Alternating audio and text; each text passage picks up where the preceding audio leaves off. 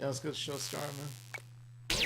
Get the show started. Hello, everybody. Welcome to an all-new episode of the Anination Podcast. We are back from our amazing July 4th weekend. Yes, what is up, Anination World? How y'all doing? And hope y'all keep it cool during this peak summer. And also, I hope y'all had a fun 4th of July with barbecue and fireworks. Yeah, how has your July 4th been? 4th of July has been pretty bare-boned. It was just mostly me having a chill time to myself with anime, video games. And Get it? Anime, just because a certain convention was happening this weekend. Yes, which we'll get into. But since July 3rd was the very last day of my summer camp job, I used the 4th of July to make time for myself, self-care and all that. And then on Saturday, I hung out at a friend's place, played some video games with a bunch of guys and all. And then on Sunday, it was a chill day for me again. Nothing much to do at home.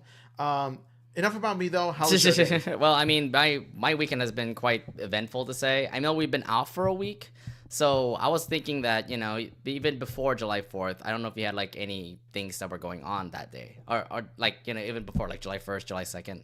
Nothing much. You were just, working? Nothing much except working. Okay. All right. Well, I mean, that was all I could say. So what happened for me was that I think you saw my Instagram. I don't know if you follow me on Instagram, but I have been on a kind of journey at the moment because I went to Nevada earlier last week. Nice. It was kind of interesting because I had family members that are in Reno, so went over there, said hi to them, talked to them, obviously catch up with them. And then I also went to certain cities in that northern Nevada area. I never expected this, but I never been to the city called Virginia City, but this place is very old Western, to say, cowboys roam the town. And it's cool because there's saloons, there's bars, and it's pretty crazy because I don't know if you've ever been to a old saloon, old town, that kind of feeling vibe that is there, but I felt that. Don't expect horses to walk around the whole place or anything like that. You're expecting you're just having a skinny road with cars going in and out, and just the vibe of it is just very old Western, to say. So it was cool. I actually liked it. I didn't like the fact there was casinos there, so I ended up playing a couple games, losing money. But there's a lot of history when it comes to Nevada. Apparently, it was a old cowboy town, and it is pretty neat. So that's what I did over there. So that was it. And that was what I did over July 1st through the 3rd. July 4th, came back home, celebrated with my family for July 4th weekend. Obviously, the fireworks you've been in this neighborhood. This neighborhood also does fireworks. I was hoping oh, cool, small fireworks. No, you're hearing big fireworks pop out of nowhere. Oh, yeah. There was big booming fireworks that I can hear even when I have all the windows closed and everything. They can really. So you were just silently playing, or you switch to until you hear a big boom happen. yeah. And also, I have been watching new anime on top of that. What animes were you watching? City the Animation. Okay, I wanted to know what that anime is all about. Because, I know it's on Prime as well. I just haven't got the chance to watch it. Now I have to catch up because I'm going to discuss more about Anime Expo weekend in a bit because, I didn't go to Anime Expo, first off. You all going to be very surprised by that. I didn't go to Anime Expo. The shirt pretty much explains where I went to. You just gave it away as a dead giveaway. The shirt kind of gave it away, right, guys? I went to a certain stadium and watched some Hololive girls, have their fun. To be fair, Hololive night wasn't bad. I thought it was so much better compared to last year. Last year's was just an absolute mess. First off, I didn't plan it accordingly. My friend that I invited to be a part of the game went to Anime Expo, and he, took a lot of time in Anime Expo. I was the only one who was there for the game. And the issue was he had so many plans for Anime Expo that he didn't really time it right that we can actually watch the game on time. We ended up actually coming into Dodger Stadium around in the 5th inning last year, and that was again a big mess because we didn't really enjoy our time in the game. The game was fun. The Dodgers win that game, but we were there in the 5th inning, and then I wanted to see where all the merchandise was, and lo and behold, there was no merchandise. I mean, there was merchandise. It's just that there's so many people going to line up for those merch. It was just a mess. So yeah, even though people wanted to buy those shirts, they couldn't be able to buy those shirts because it's a big long line trying to go around trying to get those things.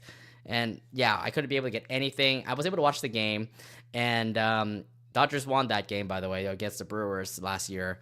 And it was all thanks to her, by the way. Remember, we all praised Gura for the Dodgers World Series win. She sang the 7th inning stretch, and they won. Well, it makes sense. Look at the colors. Yeah, she's also Dodger blue as well. Yeah. Yeah. And then we had a drone show on the night as well. So that was a pretty neat show. So I don't know what's going on with the Dodgers, but they had some big promotions happening this year for when it comes to Anime Expo, when it comes to anything anime to say. Because I don't know if you heard about this. July 3rd, they did have a One Piece night. Did you hear about that? Yeah. Wait, July 3rd, they had a One Piece night. Really? So I don't think I've been to One Piece. No. So I don't know if you heard about it. There's like they had baseball themed Dodgers had a One Piece night. Yeah, the Dodgers game had the Dodgers on the July 3rd, which is day one of AX, had a One Piece night where the actress of Nami actually did the first pitch. Nami? Yes. Really? Yeah, the actress of Lucy Nami. Christian? Yes. Oh my gosh. Yeah, Yeah, I met Lucy Christian once in Sec Anime. She was a sweetheart. No, not the voice actor. Sorry, the actress, the live action actress. Oh, the live action actress? Yes. Oh yeah, that's different. Yes. I haven't seen that actress. Yeah. I'm just saying, the live action actress of Nami actually did the first pitch for the in the Dodgers game, and nice. it was actually her birthday too. Really? So, yeah. Happy birthday, live action Nami. Yeah, the live action Nami did a great job. I don't know. Everybody was having fun, and of course, everybody got like One Piece hats. And then at the end of the game, they were treated to a drone show, which had like the characters and drones, which is pretty cool. You see Luffy, you get to see Zoro, Sanji, Nami's, bunch of characters that everyone knows from One Piece. So I'm assuming like every One Piece fan who went to the Dodgers night the Dodgers game on the 3rd will probably having a joyful night. I mean, you get a free freaking One Piece hat. Yeah, so to all the Straw Hat Pirates and all the Dodgers fans, there you go. It's one big night. Yeah, it apparently was really huge. So I don't know. Again, Dodgers is like treating anime fans really well. And then July 5th was when I went down to Hololive night. It was interesting because it was at 4 o'clock this year, not compared to like 7 o'clock last year. So I went to the airport, picked up the rental car. It was like really early, like at 7 in the morning. I had to be over there to pick up the car. Drove it all the way down to Los Angeles. Took some breaks here and there, but I did go all the way down to LA, picked up my friend. And we both went to the stadium, and then we came in early because the game starts and then a lot of people are just coming in just to grab the merchandise and stuff. We were able to at least get the merchandise all the way to a top store, which, to be fair, thank God, a lot of people know about that store. So we were one of the first people in line early to get it. So I ended up picking up my friend. One of my friends really wanted a shirt from the game, so I picked him a shirt for that. I picked up my shirt for Ina. My friend is an Iris fan, so I picked up an Iris shirt for him, and then a bunch of other stuff here and there. And to be fair, I get it. You guys really up the price when you buy it at the stadium. Oh, God. It was like $60 for one piece of these shirts. I'm like, what? Yo, $60 is overkill. See, at least with concerts, like their t-shirts, their concert nights, they cost $40. This costs $60. This costs $60 because, okay, Hololive. Makes sense. Yes, one of the best, VTuber companies out there. And it's also your favorite VTuber. Maybe your Oshi is, your favorite. I don't know. This is, one of my favorites because she's from Hololive Myth. I love Inaya, but not my Oshi. Oshi was Gura. Now she's gone. Now she's Saba. Again, I have to cooperate with who I'm gonna be my Oshi now. I don't know if there is a new Oshi because she's gone. So you have to adjust a new one. Yeah, I gotta adjust to a new character. I don't know. It's just a odd feeling when you're a VTuber fan. But we were able to pick up the stuff. And then we also got some food. Dodger dogs are really good, by the way. If you ever go to Dodger Stadium, please go get a Dodger dog. It's really good. We didn't get beers, thankfully, because I was driving. I didn't want to get drunk, obviously.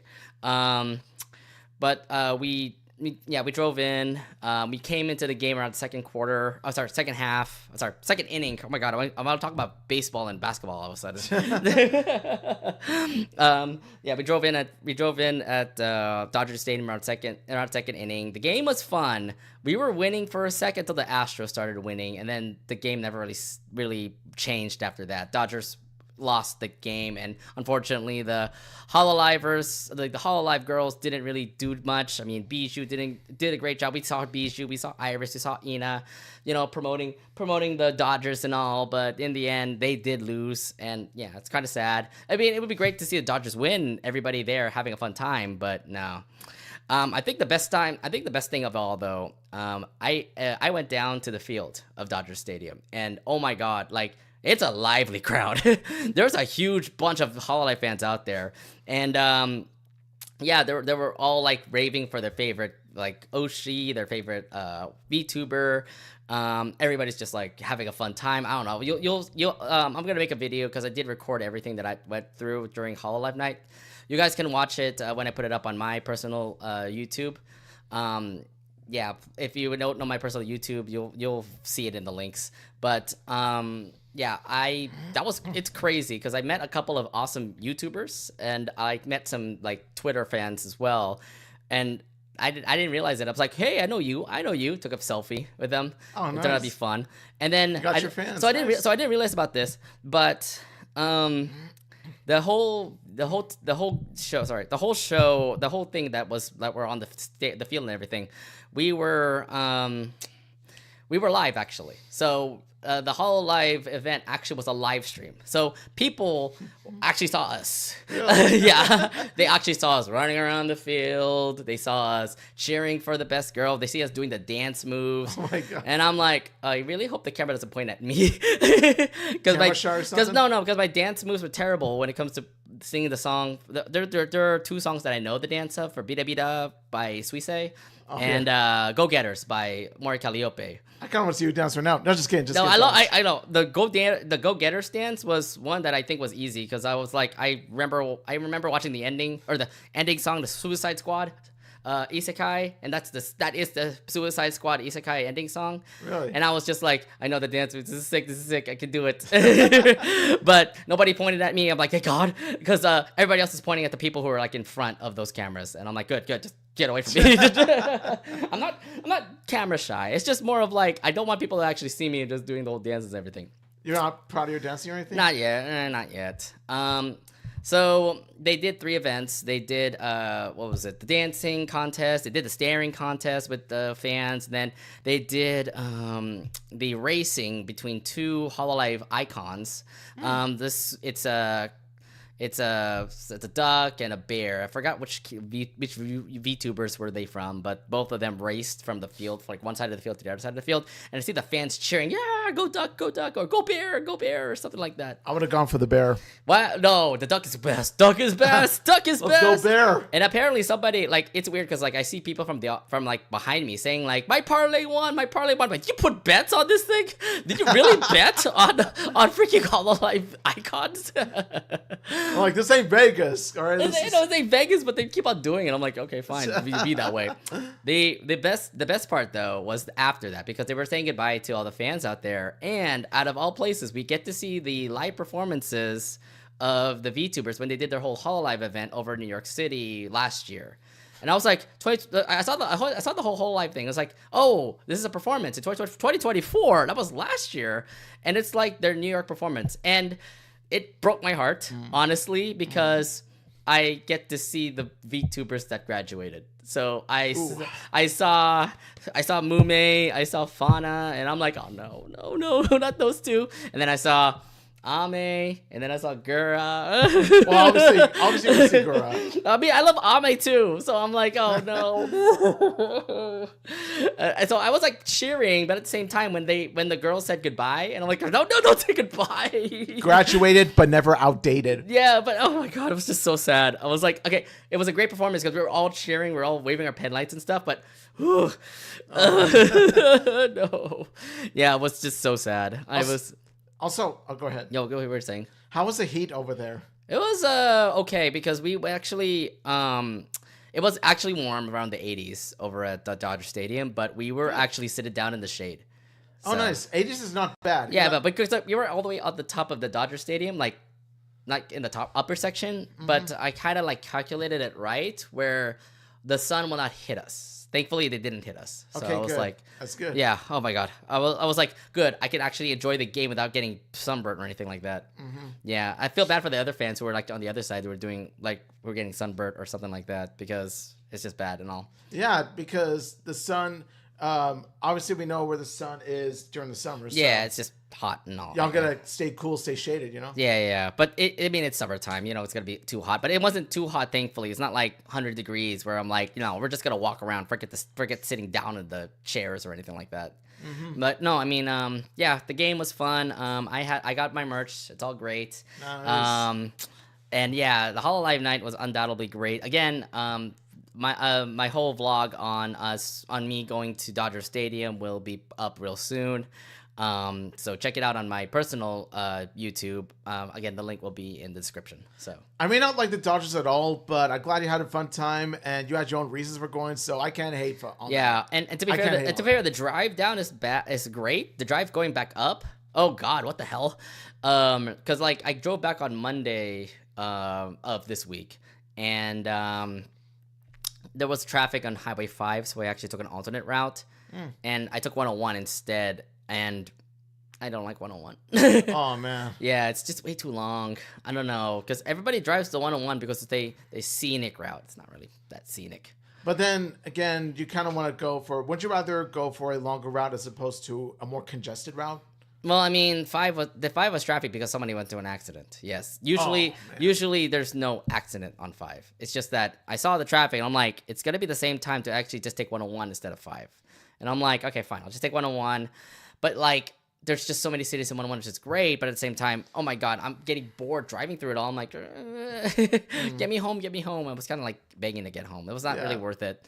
Yeah. But nonetheless, I mean, it was fun. It was a fun weekend for me over at Los Angeles for the Dodgers game. Oh, God. Yeah, you tried your best. Ina tried her best. But, no, she didn't win. ALA, come to SF so we can beat y'all. I don't know, man. Giants ain't doing well. Yeah, they're not doing well as of right now, but hopefully they get better in the future. Actually, Dodgers ain't doing well either. So yeah, that's the thing. It's like, since neither of them are doing really well, you never know who's going to top who. Yeah, so there's that. Yeah, I think you guys know by the title that we are going to be doing an Anime Expo recap. I didn't attend Anime Expo, but a bunch of my other friends did. So we're going to go through all the news about that in a while, but let's go to our quick news right now. And we're going to discuss this particular movie, The Cat in the Hat. Ooh. Okay, so Warner Brothers Animation, during our break, planned to do a Cat in the Hat animated movie, and the new trailer came out and has just been released. The trailer pretty much has a new kind of animation to the Cat in the Hat, as well as like this brand new world that the Cat in the Hat is in. I don't remember this in the book, and I don't remember this in the movie, the live action movie. So what are your thoughts on like this new idea of the Cat in the Hat? So, of course, we all know the basic Cat in the Hat story where the Cat in the Hat arrives at this house and then he has fun with these two kids. I do think that this direction is necessary to extend the length of the project because the Cat in the Hat story is short and sweet and all, but you want to extend it to a full-length feature film. So, of course, you have to add in extra plot points for that. I can't really hate on the movie for doing that because you want to keep the movie at a appropriate length. Okay, but here's the thing. There's just so many stuff that's extra to me. Like, what is this new world that the Cat in the Hat is going into? Like, he's getting stuff from... It feels like what the Cat in the Hat workplace does feel like an incorporation, a factory. Because remember that it's a Cat in the Hat that literally just went into a person's house, messed the house up, and then had thing to become chaotic. And then he cleans it up. That's pretty much the whole story, right? For Cat in the Hat? It's the whole story for Cat in the Hat, but it does make sense why they built the movie this way, because I think that they're trying to incorporate these plot points in order to explain, how the Cat in the Hat was able to get these gadgets in the first place. how hopefully they'll dive into how the Cat in the Hat met the Thing 1, Thing 2, and all that stuff. Actually, there are more things now. There's Thing 1 and Thing 2, 3, 4, 5, 6, 7, 8, 9. What? There's more new things? Yeah, there's more new things. And in the story, there was only Thing 1, Thing 2. But in this, there's like so many things. It's an interesting change. I want to see where they go with it. Yeah, I'm really curious because like this kind of does ruin the idea of the Cat in the Hat, and I'm like, I don't know what kind of new concept they want to bring it up for the Cat in the Hat, but don't know how it'll go.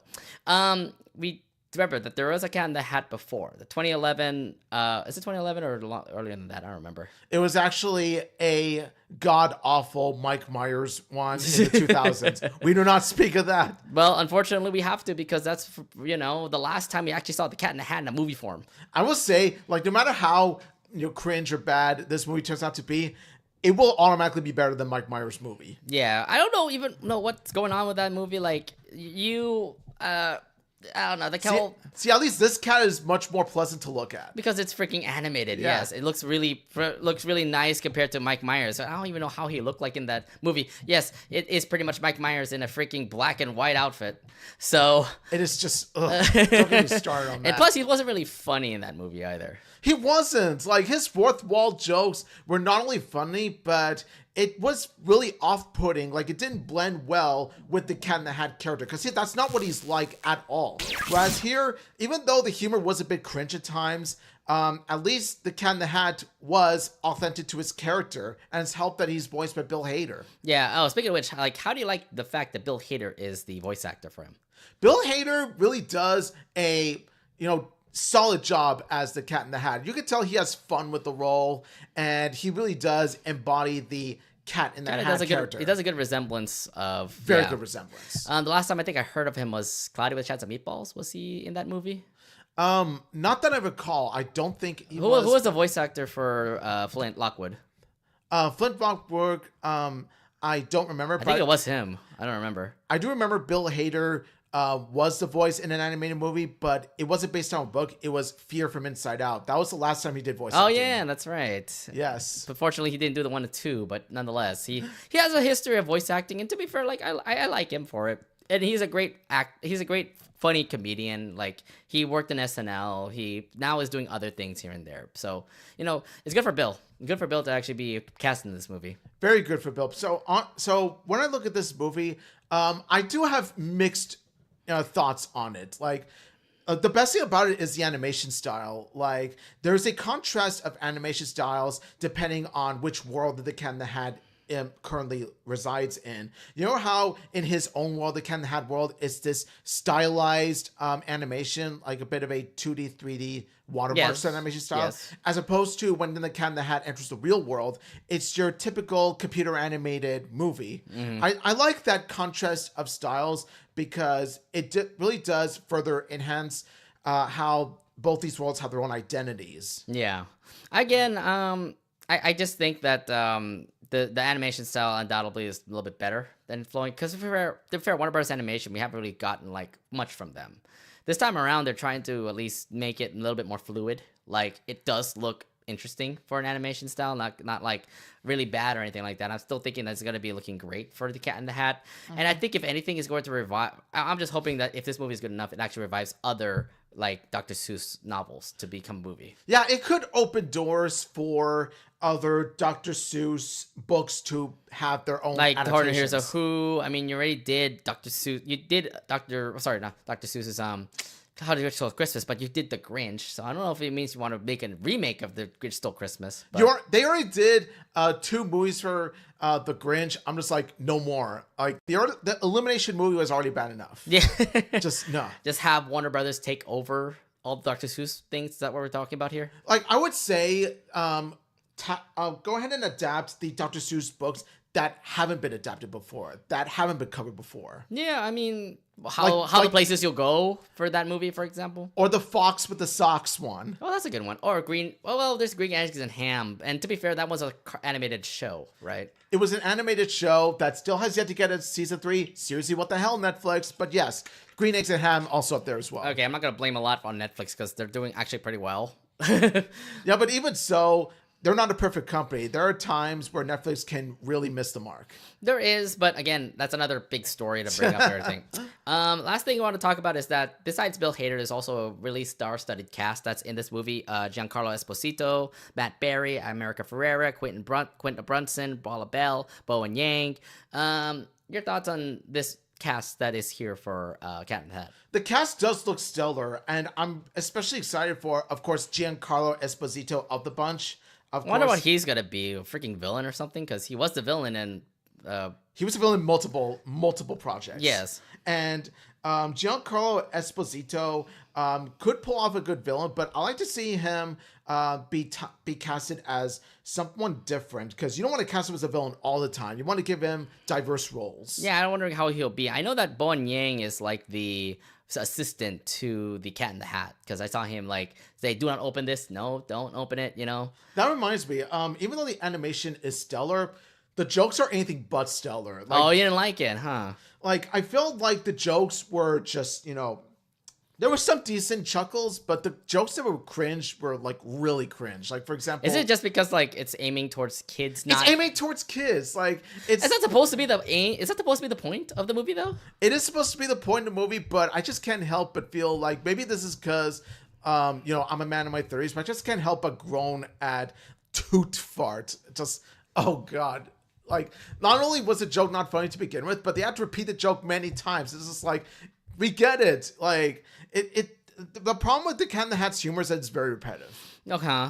But again, I can't really say much about it. Again, they pretty much didn't do the same thing like they did in the book. It is pretty much a brand new story. Like, we'll at least have the kids. We'll have a talking fish. We'll, have the cat mess a house and clean it up again. I just hope that the fish looks much more appealing in this movie, because the one in the freaking live action looks absolutely terrible. The fish in the live action movie like looked so freaky. Like like what even is this mutated fish thing? I think it just has very big eyes. That's the thing that kind of freaked out about that fish. The fish is nothing more than a wannabe anime character. It's just like, you're a fish. You're not supposed to, have those textures. Just like, oh god. Look, if anything, it's been over like 10 years, 15 years since the last Cat in the Hat movie. So I think something tells me that they've learned their lesson. Again, I am not really up on it at the moment with the fact that they have changed the story a little bit when it comes to the Cat in the Hat movie. But again, the animation looks great. The trailer looks promising, but at the end, I'm kind of like, they got to give me more. I get it. It's a teaser trailer, but you got to give me more than that. Hopefully we get an official trailer where we get to see like how the story will run and what other funny points happen in the movie. But yeah, I'm still meh about this movie at the moment. I am very mixed about this. There are some parts that I really do enjoy, like the animation, and there are some parts that are just like can't help but feel grown at, like the humor and everything. The humor is just straight up mixed bag, straight up mix. Like, there are some jokes that are cringe, but I'm hoping that the next trailer will deliver us with a much better comedy. We'll see. But we'll see. Nonetheless, the Cat in the Hat movie, it doesn't come out till 2026, by the way. So it's so crazy that they end up having a teaser trailer right now. I mean, it's kind of like the same thing with Shrek when they put their teaser trailer out. Then we all cringed about that one too. Yeah, so. But I'm at the same. This is similar to Shrek, where it's like, I'm not exactly the biggest fan of it yet, but if you give us a second trailer, you better impress us. Just remember that the Cat in the Hat movie comes out before the Shrek movie, so who knows if this will make an improvement or something. But the Cat in the Hat movie, the new 2026 movie is coming out on February 27, 2026. Yeah, I'm excited to see the Cat in the Hat himself, as well as the animation. Everything else, not so much. Yeah, again, not promising right now, but who knows? Maybe another big trailer will come out and it'll say, okay, maybe we'll have a chance to actually watch this movie. Mm-hmm. All right, but yes, that's one trailer that we wanted to talk about, but there was another trailer that also did drop today as we're recording, and that is, there it is. The Spongebob Squarepants Search for Squarepants movie. Whee! Yes. Yippee, another SpongeBob movie. So, how many movies is that now? We just had a Sandy Cheeks movie, and then a Plankton movie, and now another movie coming to theaters. Yes, this time SpongeBob takes the spotlight once again. Not only that, but this is the first theatrically released movie since the second movie. No, third movie. Or third movie, Sponge on the Run. Sponge on the Run, yeah, that's the third movie. The one where he finds Gary? Yes. Yeah, so SpongeBob is back in movie theater form, and I would say right now that even though I'm sick of the SpongeBob movies, I'm curious to see how this one will do. Okay, so first off, the thing that comes out to mind is that, again, it's another style of animation. Like, they've done this before where, like, they always change up the animation here and there. Like, the first movie was kind of like their 2D animation movie. Then the second movie had mix of 2D and 3D. Third movie was, like, all 3D with some live action. And then the fourth movie is so different. Like, it's a darker form of 3D animation. They are quite experimental with each of their SpongeBob movies, for better or for worse. I will say, like, the animation here is a vast improvement over the previous two SpongeBob movies that were spin-off movies. I feel like here they put much more care into the polishing of the animation than they did in the previous three. You mean Sponge on the Run, Sandy Cheeks movie? It looks even better than Sponge on the Run, yeah. Yeah. I feel like Sandy Cheeks movie and the Plankton movie just aren't, like, mixed in with the movie franchise to me. Because, like, you have 1, 2, 3, which is, you know, the first SpongeBob movie, and then Sponge Out of Water, Sponge on the Run. Now you have Search for Squarepants. And I'm seeing the theme here, by the way, with Search for Squarepants. Oh, they're pirates. Like, It's pretty obvious they were pirates. You see Mr. Krabs as a pirate. You see Squidward as a pirate. And then that's Patrick and SpongeBob, both pirates also. They're looking for the Flying Dutchman's trail. I don't even know.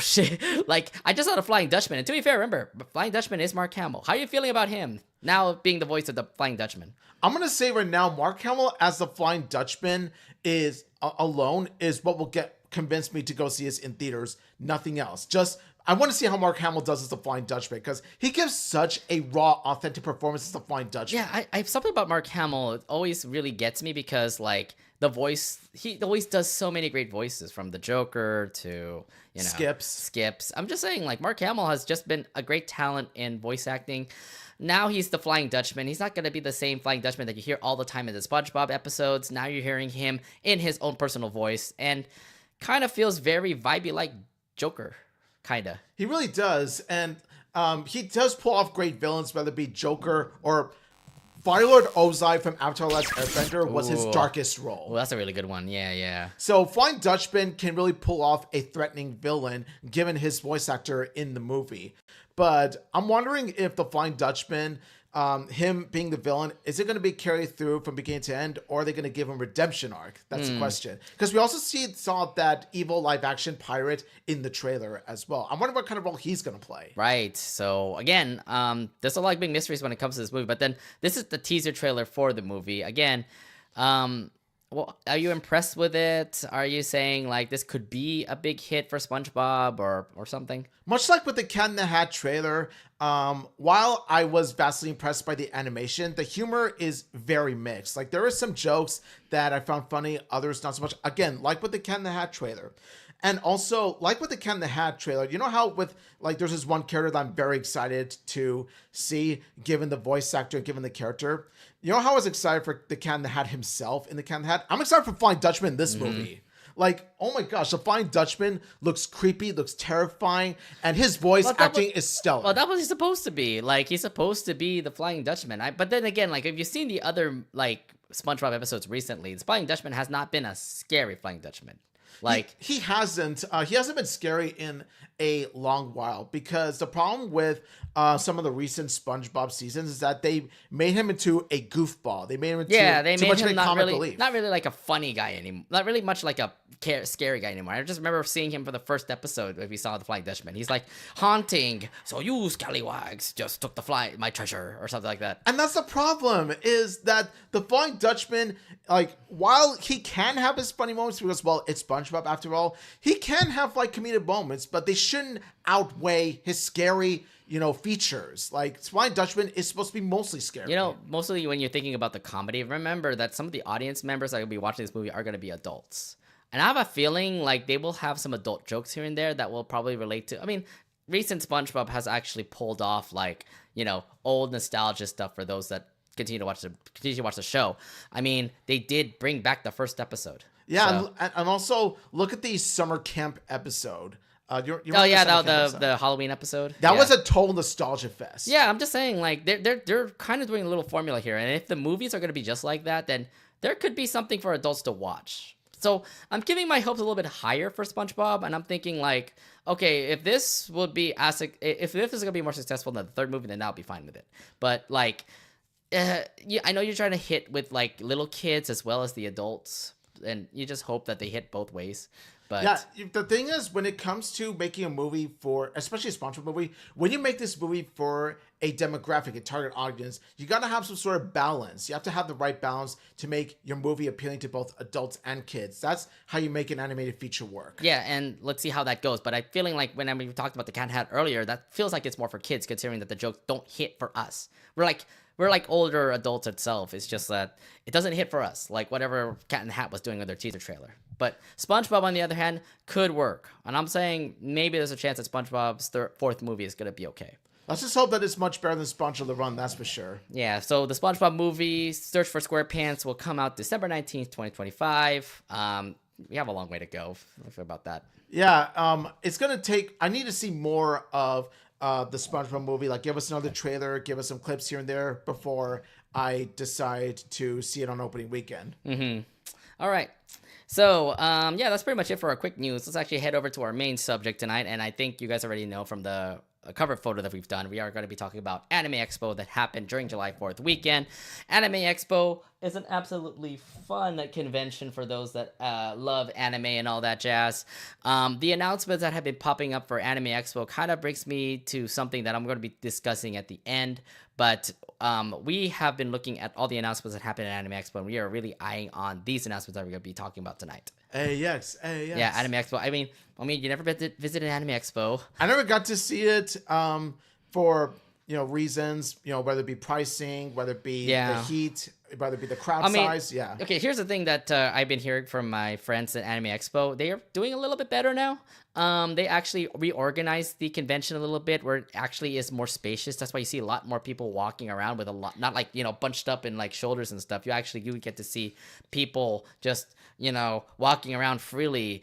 The issue is that most of the stuff that you want to grab is probably going to be sold out on the first day. Yeah, exactly. Like, there are going to be those that will wait starting like 3 a.m., 4 a.m. in the morning. You're going to see a bunch of crazies like line up to get this Maybe those who went up like at 4 like stayed up all night to get an autograph ticket. Yes, I understand that also was a possibility. I think they stopped that, thankfully, because nobody is staying up at no one's going to be waiting in line from sleeping there from 11 p.m. to 6 in the morning when it opens. I'm like, dude, do not do this. At least they have this whole ticket. Unless you're that much of a diehard. Yeah, no, but this is back in 2015, 2016, where the phone mobile apps didn't really work or anything like that. This time they actually do it where it's a lottery now. And good. They do it like that, not freaking have people wait outside for a very long time, like what people did for the Switch 2.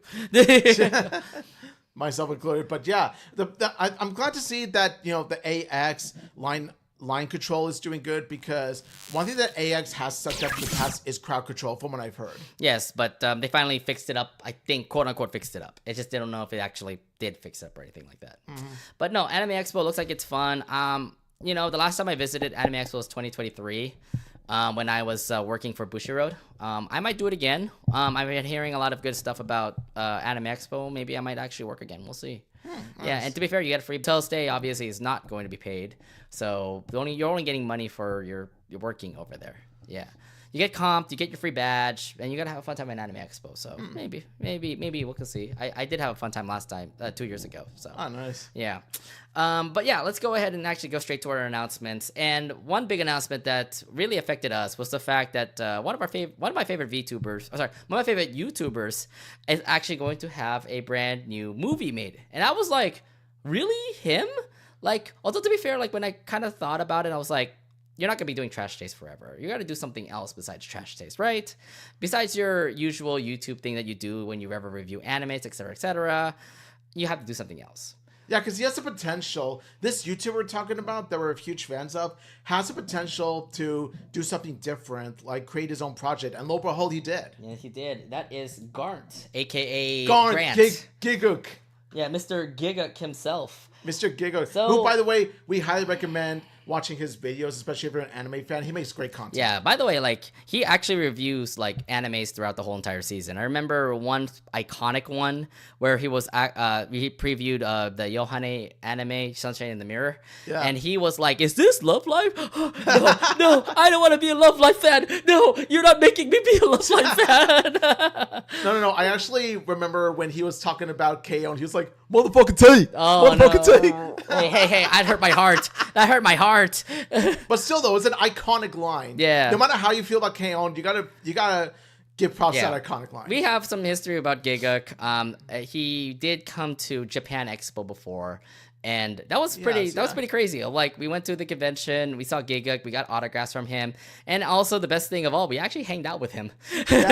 He was a chill guy. Yeah, he was hella chill. Like we talked to him about anime, we ate pizza with him. And I'm like, what is this? What a starstruck moment. I just never expected that. I'm like, oh, okay, cool. Like he's literally right. Well, here's the thing. Here's the thing. He's not a big YouTuber back then. He was just a YouTuber talking about videos. I mean, he was kind of like Mother's Basement before. He was also in that convention. Okay. But still, though, he did have his YouTube channel. Yeah. Regardless of how big he was. And then he met up with Joey, met up with Sea Dog VA, and now they made Trash Taste podcast. By the way, Joey the Anime Band is one of my favorites. Like I am a huge fan of Joey. You should probably get his brand new clothing line. I do plan to once I save enough money for it. The nonsense brand, right? Once I save enough money for it, that will come to mind. Yeah. So like, I mean, Giga is definitely one of our favorites, and I didn't expect this, but he did put the announcement literally on July 4th that he said he's making an anime, and this anime movie is called Ban.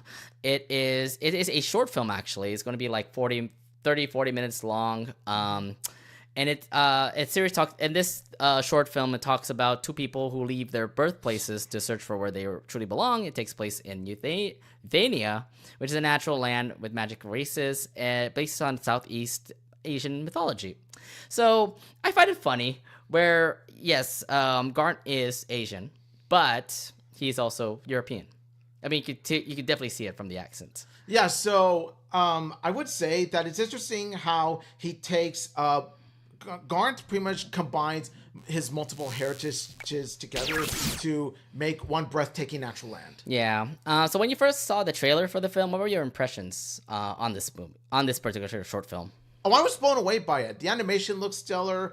The music is very well done, and the direction they take with this is, very spot on. It's also helped that the studio working on this is Studio Daisy, and the director of the film is Yoshimitsu Ohashi, who worked on Galaxy Angel, Witchblade, Code Geass Rose of the Recapture. Yeah, so it's not actually the original Code Geass. It's not my Code Geass, but it's still Code Geass regardless. And also the music is very well I never done. expected Kevin Penkin. I'm like, Penkin!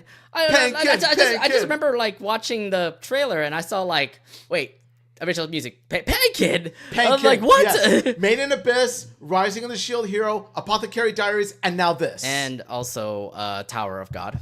He also did music of that. I don't know. It's just so epic. This great dude. I'm like, whoa. Didn't expect this out of nowhere. So he has some great talent to make this short film. What I like about this project is that Garnt manages to bring in together many amazing talents like all these three and combine to make one hell of an anime project. Yeah. I don't know if you guys have heard about this, but he did actually have a Trash Taste episode recently. This was the latest episode of Trash Taste where he actually did talk about the making of the anime. And apparently it's rough. It's actually pretty rough for him. According to him, he obviously needed to get the talent. He tried to get the script out for the movie, and he had to cut a lot of stuff for the script because if he wanted to make it a short film, he wanted to make it like that. So he did cut some stuff from the script. There was also like a little segment where he actually had to use a lot of his money in order for him to make this anime project happen. So it was a huge, and I mean huge, financial strain on him because he had to pour in thousands of dollars just for this project. Yeah. If anything, again, I really praise for Garnt because he definitely deserves this like huge huge anime thing. Like, I never expected him to actually make an anime project, but here we are. Like, he's now making his own short film, and this is actually, I think, from his vision, which is, I think it's pretty sick. Yeah, he put in a lot of his blood, sweat, tears, and money into this. Well, honestly, like, he put money and his idea. It's more of like remember, he's the one who's kind of like manning the whole thing. So he, tells the directors, this is how I want to do it. This is how I want my script to roll. And the animators, the producers, the voice actors, they're the ones that are like, behind the scenes. Remember, he's the original creator for it. Yeah, so he has the hands here and there. It's just more of like, yeah, it's his vision. Yeah, he just needs to hire the right team, and it does take a lot from him. But yeah, I mean, I just never expected this behind the scenes. I thought he was just mostly doing his YouTube videos and I thought he was just mostly doing his YouTube videos and just Trash Taste Podcast. But no, this was new to me. I was like, yo, good congrats to Garn for that. Yeah, like congrats to Garn for making his own project, because since he's such a huge talent, he has the potential to do more than just YouTube and the podcast and all this stuff. He has potential to make great art like this. Yeah, and to be fair, he again is having a lot of revenue because a lot of people support him. So he's going to be fine. It's more of like, I'm sure after everybody watches this movie, he's probably going to be maybe making another anime series. Who knows? I don't know, because based on how hard he has worked, I would say he should take a long break after this. I guess, but you're still doing Trash Taste Podcast. Yeah, he's already doing Trash Taste Podcast. He's already doing YouTube, so he's already well known. Like let him do his YouTube and podcasting, because making an anime, creating an anime is not easy. Like it's really hard work, and I feel like he deserves a break. Yeah, again, if anything, let's see what Garnt has going on. But again, ever since I first met him, literally like at a convention here, I was like, this is awesome. I just never expected him now, because he's older, he's married, he's going to live like whatever an anime life is, and thankfully he's done so. He's really thriving, especially with anime fans. Oh yeah, for sure. Very beautiful. Yeah, I think it's kind of like something that we anime fans should probably think about. Yes. But no, Giga's new anime short film Bon. We have no release date yet. I heard it's 2026, but he has said in this podcast that he will be releasing it in Japan coming up in this coming months. So if you live in Japan, you'll probably like hear a word from Giguk saying, I'm going to release this movie here. So you guys have a chance to watch it. I did hear this from the podcast as well, from the Trash Case podcast as well. It is tough to find times because they're fighting against Demon Slayer right now. Yeah, and we all know how Infinity Castle is going to do. You know that everybody's going to watch Infinity Castle. So I have a feeling like for Garnt, please release it later. Do not release it during the time when Demon Slayer comes out. You're going to be blown away from the freaking crowds. If he's smart, and I'm not saying he's not smart, if he's smart, then he would, I'd say he should release it after the Demon Slayer movie hype has kind of died down. Yeah, I have a feeling like he probably will do that. Either way, Bon, the new Giguk movie, we don't know our release date here in the States, but it is now a final project, and it's going to be released out sometime soon. It is said that he's going to release it on his YouTube channel. Oh, yeah, that's right. It's on YouTube. That's right. It's on YouTube. It's not on theaters. Yeah. But he's going to release it on his YouTube channel after it hits theaters in Japan. Yes. So, okay. I can't wait for that, by the way. It's on YouTube. It's going to be on YouTube, by the way. It's not going to be it's not going to be in theaters, but it's going to be on YouTube. Woo! We can get it for free. We can watch it for free. At least it's not going to be in theaters here in America. I would imagine, like, after the big popularity of that movie or that short film, I'm pretty sure he's gonna get a lot of revenue from YouTube from that. So absolutely, yeah. Yeah. Anyways, yeah, watch Bond. That's the new movie coming out with Giguk. All right, let's continue on here and let's talk about. Oops, that's the wrong mouse.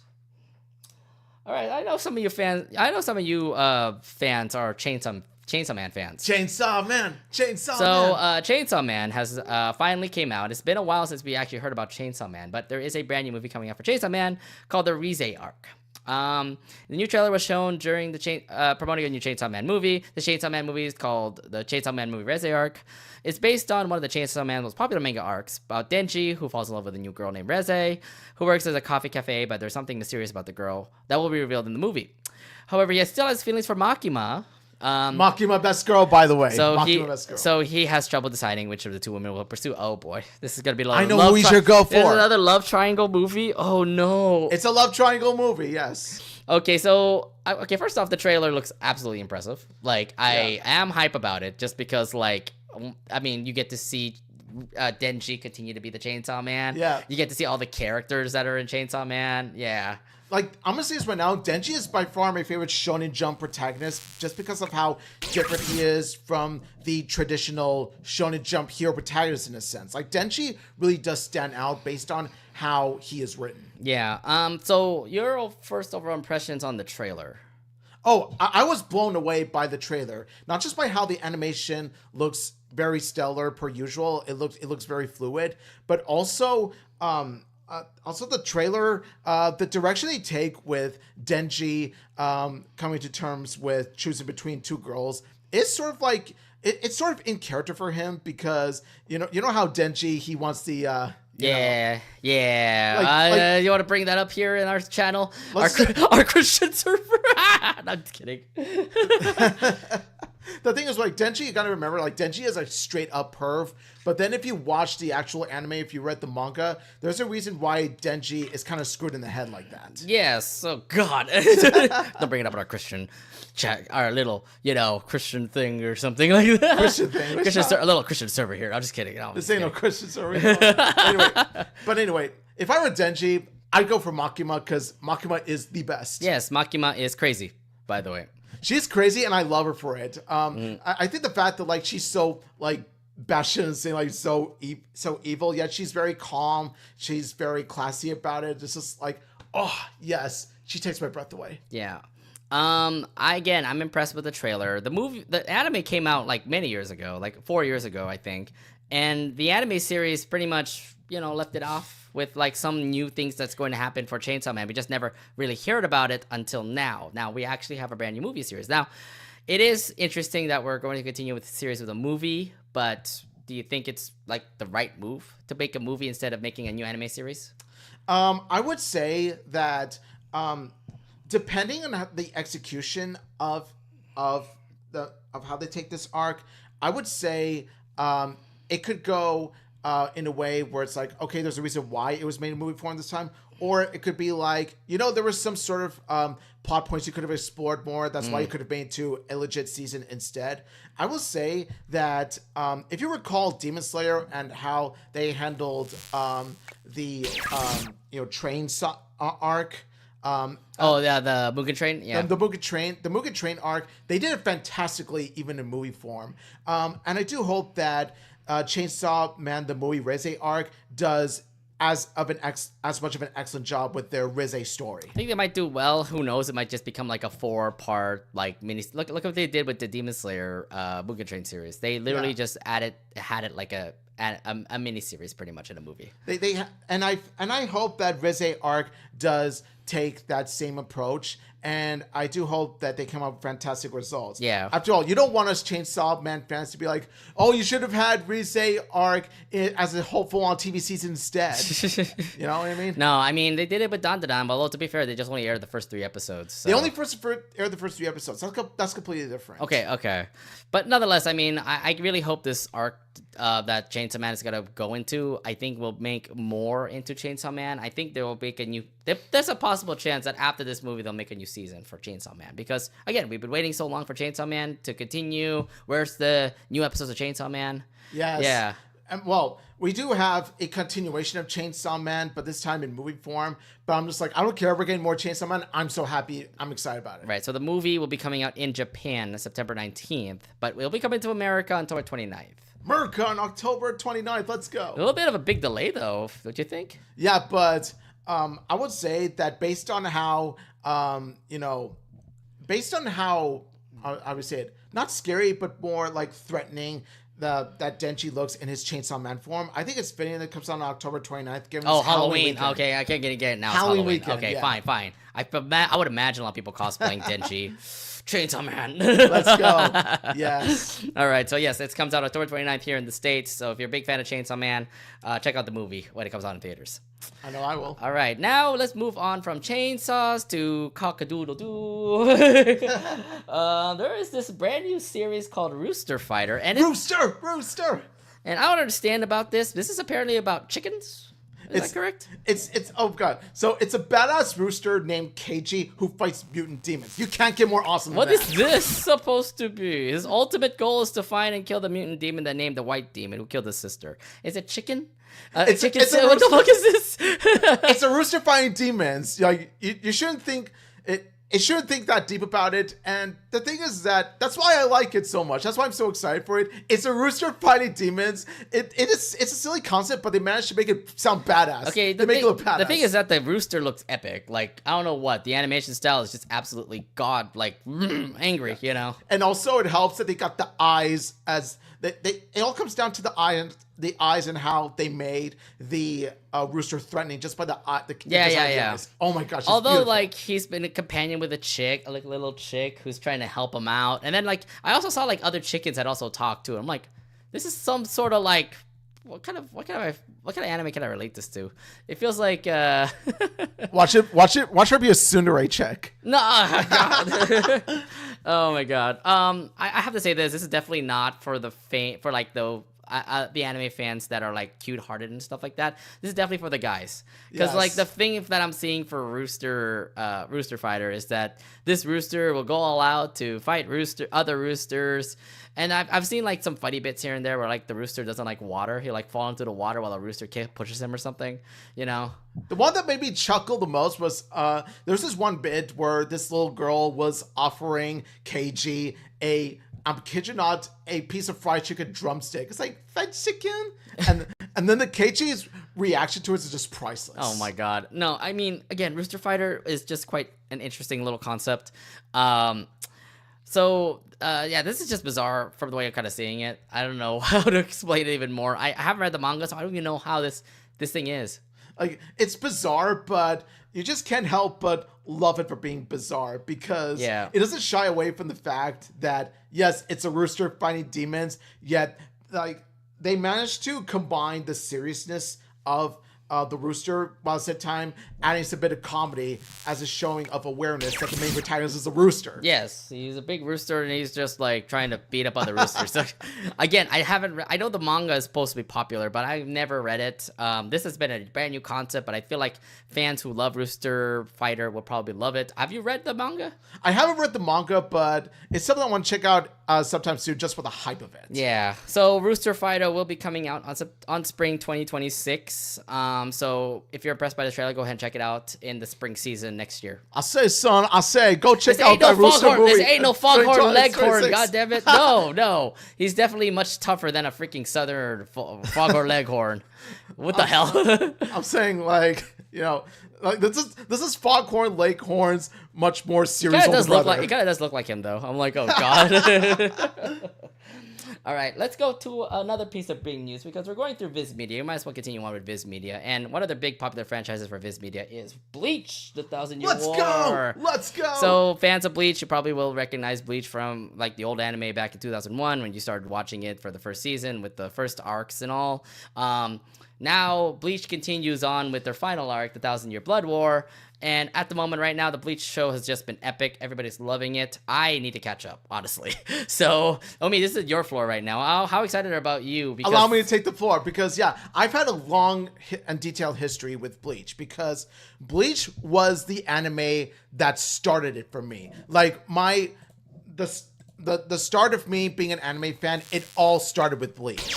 Like, it is what kickstarted my love for anime. If not for Bleach, I wouldn't have been a Code Geass fan. I wouldn't have been a Cowboy Bebop fan.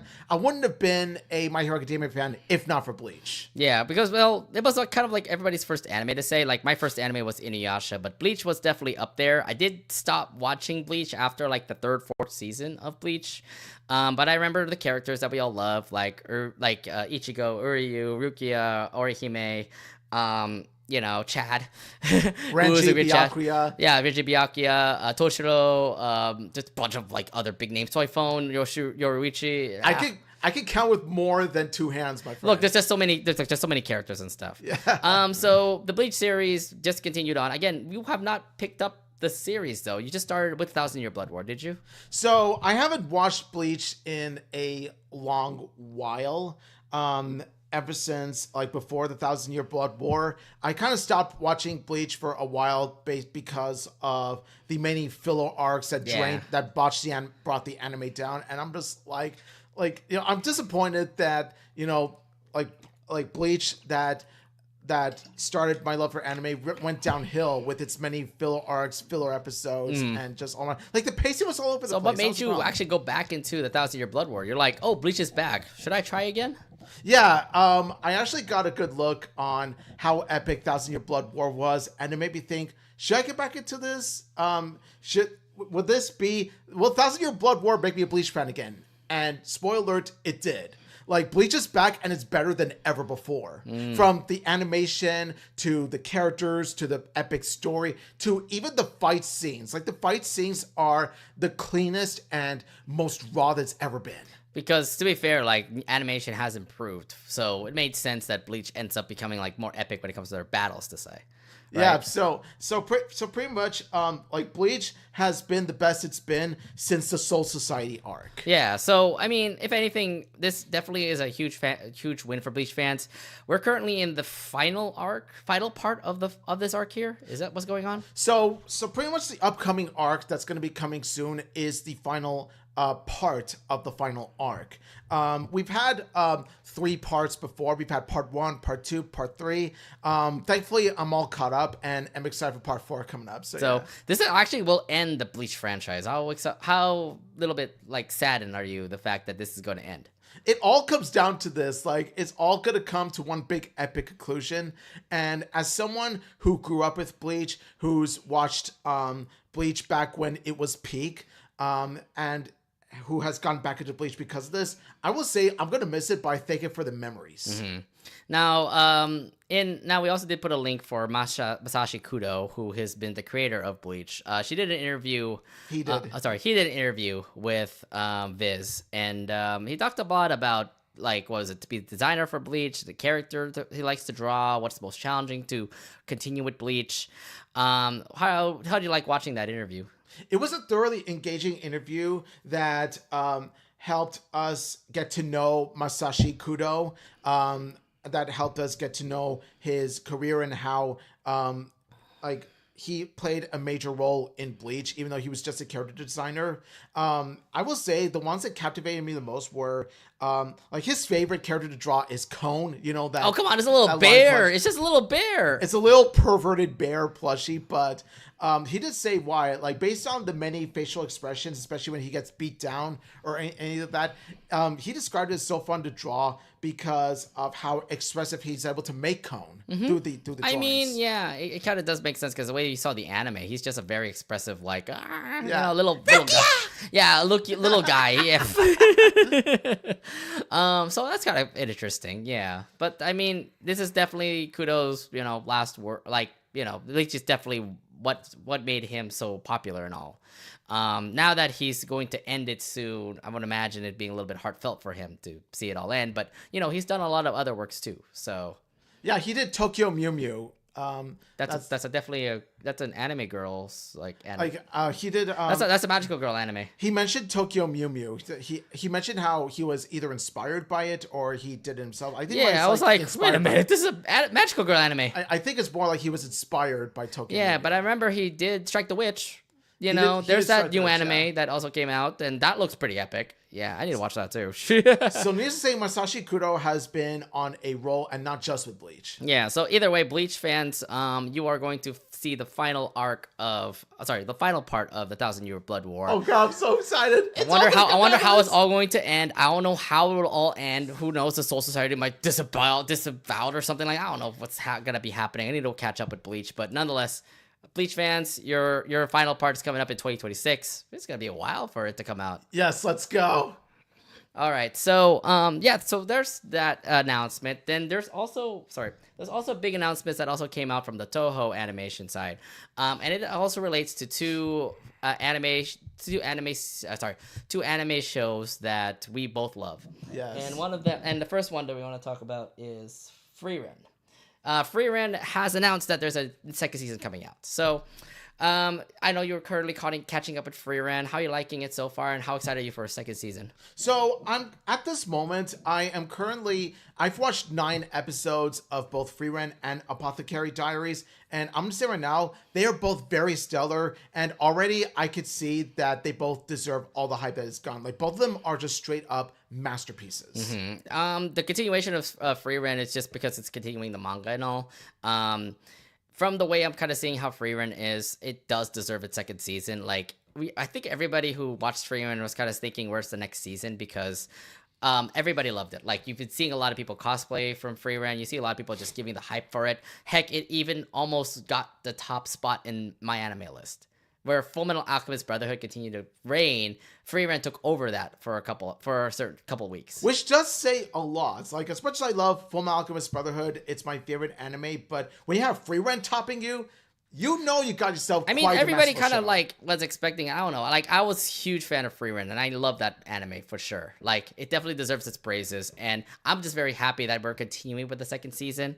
So great that they have announced that. So yeah, awesome that they did that, because I was thinking like they can't just end it like that. There has to be more in the adventure beyond Journey's End. So yeah, I can't wait for this brand new season. I know it's supposed to come out next year, but it is great to hear that they are continuing the series. Yeah, and as someone who's seen Freeren, I do plan to catch up on Freeren before the newest season comes out. Yeah, hopefully you do, because yes, you have till 2026. You have a lot of time, dude. I have a lot of time, yeah. Now, the next anime that was also announced from Toho Animation was the Apothecary Diaries. Another anime in which I've seen only 9 episodes and still love it. Okay, so Apothecary Diaries, I still have to catch up on season 2, but it is still a pretty funny, epic series to say. Yes, absolutely, and it helps that the animation is very well detailed with the characters and the landscape and everything, and not to mention how each episode is very captivating, because you get it's pretty much a how do I put it, part medical drama, part mystery show, where you do get to see like learn more details on how they got poisoned or whatever. Also the fact about Jinji and Mao Mao. I swear to God, both of them are interesting. They are like Mao Mao especially stands out as one of my top favorite characters already. It makes sense why everybody loves Mao Mao, because it's like, oh, she's like not your ordinary like waifu to say. So yeah, she's her own unique character, and that's what makes her one of my favorite characters ever already. Not only that, she's very intelligent, she's very cute, she can be funny at times, yet very serious. Like, oh my God, I love Mao Mao. Yeah, Mao Mao is like an icon. I can understand why a lot of anime fans really like Mao Mao. Why she ended up winning like, what was it, best voice actress of the year, which I voted for, by the way. Yeah, and I do love it. So it's more of the continuations of the series with Jinji and Mao Mao. I haven't really like caught up with the anime series yet, so I don't know what's going on, or the manga series itself, because it is still continuing on. The manga series still has more stories to bring up. That's the reason why there's a third season. But I can't wait to see how the adventures of Jinji and Mao Mao are going to be. Looks like it's gonna be fun. Jinjin and Mao Mao really do have that, when they're on screen, they do feel the legitimate chemistry between them. They just work each other out so well. Mm-hmm. And that's what makes me like want to see more. And thankfully, they are gonna have a new season. But yes, they're all coming out in 2026. So we do have a long while to watch the next season of Freeren and Apothecary Diaries, which means, this is no excuse. You have to catch up, okay? Oh, absolutely. Hell, I'm going to make it a goal where I'm going to be fully caught up with both of them by next month. All right, well, I hope you do. I swear to God, we got to do it. Because both of them really do deserve, that much of a viewing, because they're both masterful. Yeah. All right, so those are the announcements for those two. Next up, we also want to talk about this particular anime series.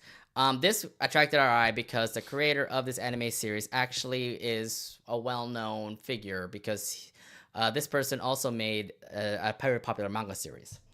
So this anime is called Daemon of the Shadow Realm.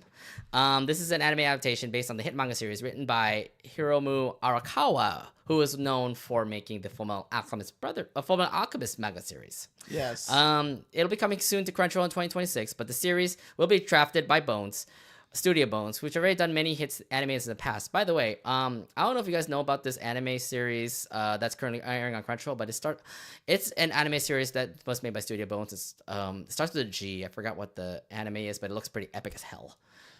It starts with a G. Gakshuen or something like that. Gakshuen, I don't know. Oh yes. It's a new series that just came out, right? Yes. But Studio Bones... Gachiwakawa, yes, there we go. I actually watched the first episode, and I was thoroughly... Dude, I was intrigued with it. I was just like, what is this? Looks so cool. It looks so cool, yet it could be a hard anime to watch given at how like brutish it looks. Like, but at the same time, though, it's a good kind of brutish. It kind of reminds me of how do you say this? It kind of reminds me of like Code Geass a little bit. Oh, rich people and slubbers people. Exactly. Japanese versus the Britannia. Yeah, like it delves into classism, just like Code Geass did, and that's what makes Gachiakuta very intriguing to me. Not just the character, but by how the world is structured. Yeah, I just wanted to bring that up because if we're talking about Studio Bones, I want to talk about that anime series because that anime series got promoted a lot in Dodger Stadium for some reason. Like that. They talked about it in the One Piece night, and they talked about it in Hololive. And I'm like, what anime is this? Yeah. Yeah, because it was also based on the hit manga, which I've been meaning to read, but I haven't gotten a chance to. For some reason, like 80% of the time, I watch the anime before I even read the manga. Like, there's been like 20% of the time in my life where I read the manga before I watch the anime, so. It's fine. I mean, I do the same thing too. I only read the anime. I only read the manga when the anime starts to get good. So, yeah. But yeah, let's actually go back to Demons of the Shadow Realm. So this is made by Studio Bones, which have done many hits animes in the past. This story focuses on a boy named Yaru who lives in a remote village under protection of two stone guardians and his twin sister Asa. Asa, however, is confined in a cage carried out by a secretive duty for the village. Series will explore and answer the big questions about Yaru, the village, and why Asa is imprisoned. So it looks interesting, don't you think? It what I like about this is that it definitely looks very. If you look at the plot, it stands out as being a very unique story. In which it sets up a basic premise of an anime, but there's much more mystery to it. Like, as it's one of the series where the more you watch it or the more you read it, the more details you're going to learn about it with regards to story and characters. Okay, so have you read the manga for this? Because I haven't heard about this. I just know that this is actually made by the FMA creator. I actually haven't read the manga, and the manga has been out for like years and years, but I just never got a chance to. But as an FMA fan, I feel like I should have. But then again, at least to be fair, FMA was its own realm. Like people were huge fans of Fullmetal Alchemist Brotherhood and FMA, the original series, because it was just absolute banger. Like, yes, I understand. Like. This was made by a manga creator. This was made by an anime series person who just ended up becoming like one of the best animes out there. You don't really follow up on what's his next work, what her next work is going to be, But given it how Fullmetal Alchemist, I'm a huge fan of the manga. Brotherhood is peak anime. And so, of course, I'd be excited for this just based on, it's Hiromu Arakawa. And I feel like this story, Demons of the Shadow Realm, is going to share similar aspects to Fullmetal Alchemist, not just by the creator, but also how much of the fantasy or mysterious elements. Well, the mysterious element is the one that kind of intrigues me with the fact, like, what the hell's going on in the village? What is Asa's duty? And that duty is going to probably be like something very secretive and all. And plus, it's going to be combined with some sibling dynamic where it kind of reminds me of FMA. Where you have Edward and Alphonse Elric, they work so well as brothers. Yeah. And same thing with Yaoru and Asa. I feel like if they get Yaoru and Asa down as siblings, they could really make that bond really strong. Yeah, that would actually make it a little bit epic there. Really, I think the only thing that kind of gets me is the whole mystery aspect. Yes, FMA fans will probably love it. So that's what kind of intrigued me because like I'm a big time FMA fan. Like I loved FMA Brotherhood. It was a great anime series. Now I'm kind of wondering how this anime would go. And again, because me being an FMA fan, I am definitely down to check out what this is going to be. I'm a huge Fullmetal Alchemist fan myself, especially Brotherhood and especially the manga. So, of course, I'll be down to see it, and I'm going to see it day one because I want to give my support to Hiromu. Oh, yeah, for sure. We don't even know when the release date is going to be, but it is currently in production right now. So, for those who are huge FMA fans or, yeah, I guess Damon of the Shadow Realm fans, you're probably going to love this. So, wait until the announcement date will come out. Nonetheless, it's going to be something great for anime fans. Absolutely, yes. All right. Now, instead of like, let's take a little break when it comes to our anime announcements. Let's actually talk about things that happened at Anime Expo. Ooh. And one thing that happened was, well, I mean, I'm so sorry, but there was a big premiere for the Panty and Stocking show. I envy each and every single one of you that attended this. I'm just like, I'm happy for you, but at the same time, shame on you. Why did you take me with you? Come on.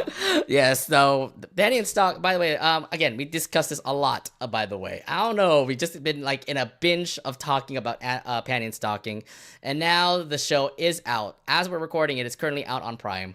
And to be fair, again, I haven't seen the episode. You've already seen it. I've already. Is it still the same old raunchy, humor that we see from Panty and Stocking? Yes, Panty and Stocking are back, and not. And aside from the voice actresses, nothing much has really changed. They're still the same kind of stuff that we know and love. Okay, how about the Japanese voice actors? Because I always watch it sub. So I actually watched it dub because I feel like the English dub gives out much more funnier and raunchier dialogue. Huh. Really? Yes, and I feel like... Because I remember Ponty saying the S word, the C word, the D word, the A word. But although I did dig the English of the sub. I mean, the thing is that in the sub they even said some English too, like Daieto. Daieto. Oi, what the fuck? By the way, the Diet episode is still one of my top favorite PSG episodes. I we have 12 more episodes of new Panty and Stocking, so there's still some surprises here. Okay, look, you saw Scanty Knee Sock, you see Brief, you see Garter Belt, and Panty and Stocking. So I mean, when I saw the first couple of clips, like the first minutes of the episode, I was like. Sorry, I'm starting to see clips on Twitter, by the way. People are spoiling me now. Oh, but yeah, I mean, I saw the first couple clips, and I'm like, this is the same old thing that we love, huh? Panty and Stocking, eh? Yes. And they're back, and even they're back and bigger and better than ever. It's like, yes, they're back. They're back after 14 years, yes. So, would you love to be one of those people in that crowd? I mean, look at that. Like, this is okay. So, by the way, this picture was taken by my friend who actually went to Anime Expo, and he actually got some good seats for the freaking premiere. I would give my life to be up on the stage with these beautiful people. Yeah. Speaking of which, he actually brought his stocking today. So yes, isn't that a little funny? This was a moment for my beautiful bitch angel stocking anarchy. Let's go, my precious stocking. You know what's kind of funny? I did tell my friend who actually took this photo, hey, can you give me some stuff from the Kadokawa booth, because the Kadokawa booth was selling some Panty and Stocking stuff. And we did make a deal, by the way. So I told him, I will buy your favorite Hololive VTuber shirt as long as you get the stuff for me. So I bought the shirt. Well, he bought it on day 4. I was thinking like, okay, this is probably not gonna happen. But he ended up actually getting all the stuff for me, and I'm like, thank you for that. So we traded. He got his Irish shirt. I got some Panty and Stocking stuff, and today I'm actually going to show you what it is. So oh god, my heart is not ready for this. Oh, you mean your heart's not ready for this? You're supposed to love this. No, but like, I'm supposed to love it at the same time. I wish you were mine. Like, I wish you were mine. That's the thing. It's like, you should have went with my friend. He should have hooked you up, or you should have told me, and I would have told you like, hey, buy 2 of these or something. Yeah, but I didn't want to be a bother. That's the thing.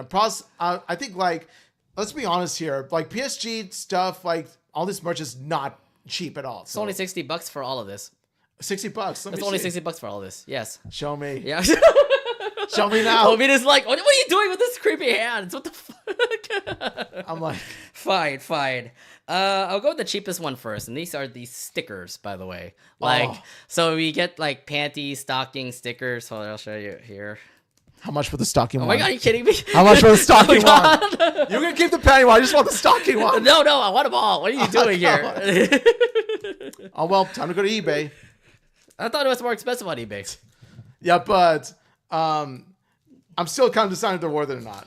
No. I'm not buying the fan, though. I'm not buying the fan. Fan is like $45, dude. Okay, so this is what they look like. This is panty, that's stocking, and then you have both panty and stocking.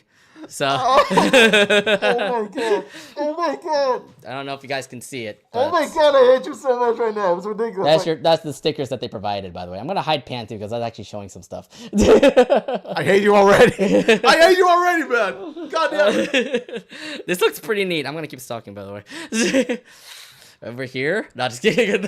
Oh no, it's on my iPad. I don't know. How much? No, okay, serious. How much? Are you serious? Oh god, no, we'll discuss it. We'll discuss post show. Oh my god. All right, so that's just the cheapest one. Here's another thing that I also bought. Well, you just probably gotta give me like $100 for this. My wallet's ready. Stocky standy. Oh!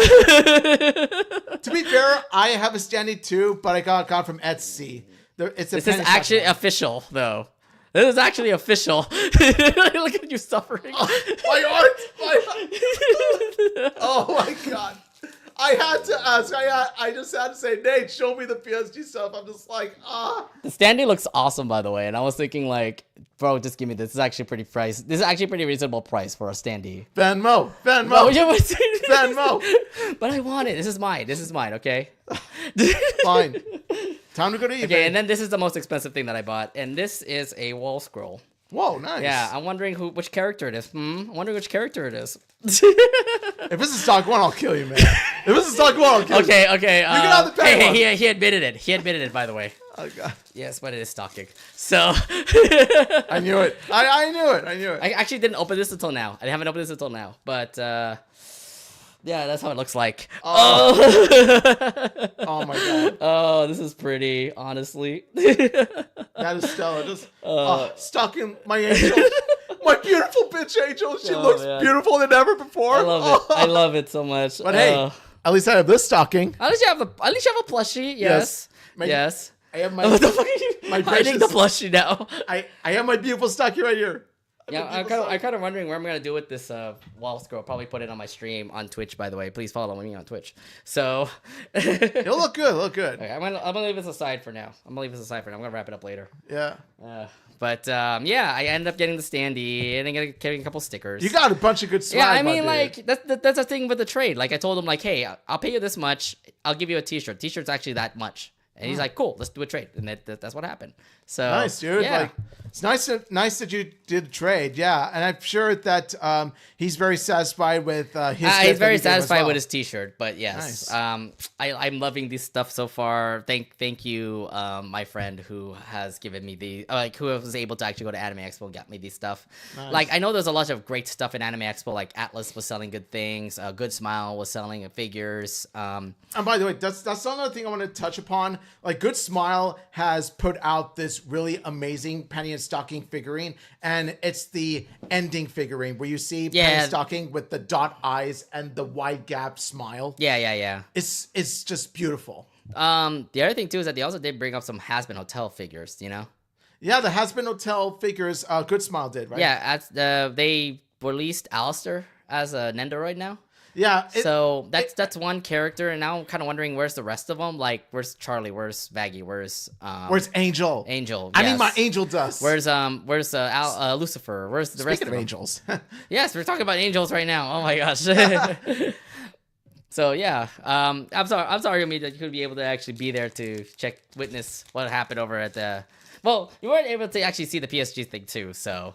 Then again, neither were you. I wasn't either, but at least I was able to get some merch. But you know what? Yeah. I'm there to see the fact that Panty Stocking's back. PSG is back. I'm glad PSG is back. The series is now out on Prime, so you know if you missed Panty Stocking as much as we do, enjoy it. It's got to be a 12 episode series. Oh god, I can't wait for. Glad it's back. I'm just glad it's back. Yes. I highly recommend after this episode, go watch episode 1. It just thinks that it's only Panty and Stocking. There wasn't like a brief or scan knee socks. If I were to get like the pin set of all of them, it's like another $100, and I'm like, forget it. I'm just gonna get these stuff. There you go. All right, nice, dude. Yeah. Nice swag. I'm jealous of you, but nice. So how much do you want these? I'll negotiate the price. I'll negotiate the price. But those are not for sale. Maybe the stickers might be for sale. I'm just saying. All right, dude. This guy was desperate for all stocking stuff. I swear to Yes. God, man. I didn't know his wife was going to be this. So I love both these angels, but stocking has a special place in my heart. all right. Let's actually talk to another big news that happened in Anime Expo, and it resorts to all the Persona fans because Persona Live is happening in America. Persona. Yeah, so if you're a big fan of Persona 3, Persona 4, Persona 5, the music of Persona is coming to the United States. I never expected a live to happen, but I just remember like all my friends like literally saying the live is coming to LA. I'm like, oh my god, live's coming to LA, and everyone's shocked. They're gonna see like Lotus Juice, Lin, Persona 4 singers. One big crossover of Persona singers. It is a sight to behold. It's beautiful. So they have announced it is going to be in LA in 2026, January 2026. So what are your first thoughts? The fact that the announcement came out. My first thoughts are super hyped, but at the same time, cautiously optimistic because I need to know more details, like how much the tickets are and when exactly in January it's going to take place. Yeah, that's the thing that kind of got me because like in January we have Anime Los Angeles, which I am a part of. That happens in the first week of January. We don't know specifically what date the live is going to be. If it's going to be happening in some time in January, like after ALA, then maybe I might go. If it's just going to happen on a Saturday, that's perfect because I could just go in on Saturday, then I could come in on Friday night, have the concert on Saturday, then leave on Sunday. Mm-hmm. Yeah. And I don't care how much I spend, okay? I am going to have the funnest time of my life to freaking watch Persona songs. All right, I want to see Lotus Juice sing. I want to see Lin for the first time perform, and she performed at Anime Expo this year, and I was so pissed that I couldn't be able to see her. Yeah, see, like I had a fun time watching Lotus Juice perform with you because he came to our local area to perform. It was awesome. Yeah, but I will say, like the moment they mentioned that Lin was going to perform, I'm just like, oh my gosh, yes, because Persona 5 Royal is my favorite Persona game by far. So I would be especially excited for Lin. Really? You haven't Yes. played P3. Play P3. I still play Persona 3 Reload, and I'm like, Persona 5 Royal still holds a place in my heart. Okay, that's fine, but I don't know. P3 started the whole Persona franchise for me. When the fact that Reload came out, I absolutely was like blown with the fact that like it's like the same thing but we do with P5. Because P3 we don't ever do that. P3 regular we haven't done that. P3 Reload we can actually run around in schools and stuff like that. I would say P5 Royal is what made me a Persona fan. Like because of P5R, I think that's for P4. I think that's for everybody. Everybody became a Persona fan because of P5. Yeah, so I fall into that category as well because P5 really is that amazing. Yeah, but now you're gonna hear music from Persona 3, 4, and 5, and I think 1 and 2 is also involved as well. But yeah, this is going to be a huge one. I am down whatever the freak is gonna happen in LA. I just hope it doesn't happen during the first week of January because that's ALA weekend. I'm just hoping it's like the end of January where I can actually have some time to actually like buy a ticket and get a flight out there. So I will say that depending on the ticket price, because I don't want to be triple digit mark. I don't care. I want to be triple digit mark. So like, I still want $100. Okay, that's fine with me. I'll pay it a relatively good price, and then I may consider meeting you over in LA if it takes place during ALA, just to see. I'm just hoping it's not. I just hope it doesn't happen during ALA. That's my thing. I just hope it doesn't happen during ALA because everybody who's anybody will probably go to that concert for those who are attending it. But Yeah. Nonetheless, Persona Live that's coming out in 2026. We haven't had this in so long. A lot of people in Japan always has a Persona 5. Always have a Persona Live. Now we're gonna have one in America. Oh Yes. God, I can't wait for it. And we're gonna have it here in California. Let's go. All right. Yeah, California for sure. Yeah, Los Yes. Angeles. Why LA? Why not San Francisco, guys? Come on, come to SF. When it comes to this coming to America, let's just say we never see you coming. Yeah, great way to put it. All right, let's go quickly on a couple of news that we've got here, and let's actually go straight to Netflix's video because they released out a lot on their latest video. Yeah, they released a lot when it comes out to their latest video. They have several big announcements for anime when it comes to Netflix. So we'll just break it down. There's a bunch of animes coming out, including Sakamoto Days, which is part 2 of season 1. That comes out July 14th. I know you've been caught up with Sakamoto Days, aren't you? I am caught up in Sakamoto Days, and it is definitely a fun action anime. It's pretty much if John Wick became a fat old man running a supermarket.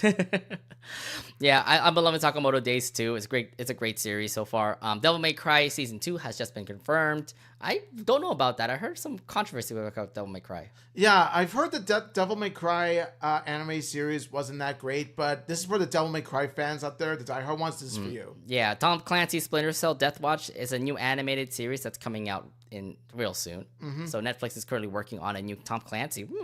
Never expected Tom Clancy to actually have an anime series. Interesting. Yeah, and also there's some others like Togen Anki that's coming out July. Leviathan. That's actually out. That's actually out soon. July 10th. Yeah. I haven't heard of those, but I need to. I heard Leviathan is actually pretty good. The animation from the way I saw that trailer looked pretty interesting. The trailer is actually out on Netflix. Please check it out. Record of Ragnarok 3 new season is now coming out too. Flagrant Flower Blooms with Dignity coming soon in 2025. Looks pretty interesting. Yeah, the Fragrant Flowers Blooms with Dignity, they had its own Romeo Juliet sort of like twist in terms of the plot, because it's their high schools that hate each other's guts. There's also My Melody and Kuromi. By the way, that's a Hello Kitty franchise. So I believe some of you guys would love, those who love Kuromi, those who love My Melody, I'm pretty sure you guys are going to love that because it's going to be all cutesy and stuff. Those who love Sanrio especially. Yeah, definitely. Sanrio fans are definitely going to love it. Yeah. Yeah. And at the moment right now, there are some new animes that are currently out on Netflix right now called, one of them is Dandadan. Dandadan. That's not the opening anymore, by the way. I'm going to miss that opening, but still though, the opening from what I've seen still looks dope. But I'll always remember that, Although I have to say, the ending is fire. Like, that new ending that was for Dandadan looks fire. It looks legit, but I'm saying like it turned. I'm just not gonna. It's gonna take a while for me to get used to seeing a different opening, a different ending. I know, but eventually yes, again, it's not Creepy Nuts. It's not the Otonoke song. Oh, it's Creepy Nuts, man. I know, but everything cannot have the same opening, unfortunately. Yeah, it's true. They gotta change it up. I guess they gotta change it up. Yeah. I guess it's the same way I look at. Let's say Resonance from TM Revolution, like that was the Soul Eater opening. Yes, but then they had 3 more openings. But then they had they had another opening. And to be fair, that other opening was also fire too. Okay, it was also fire. But when I think Black Paper Moon, hell yeah, I love that song. Like when I think Soul Eater, the first thing I think of is Resonance. Same thing with this. When I think Dandadan, the first thing I think of is the Creepy Nuts opening. But I mean, eventually you're going to go into the new opening and stuff. Nonetheless, it looks pretty epic from the first episode of Dandadan. Oh, I'm so happy it's back. Yes.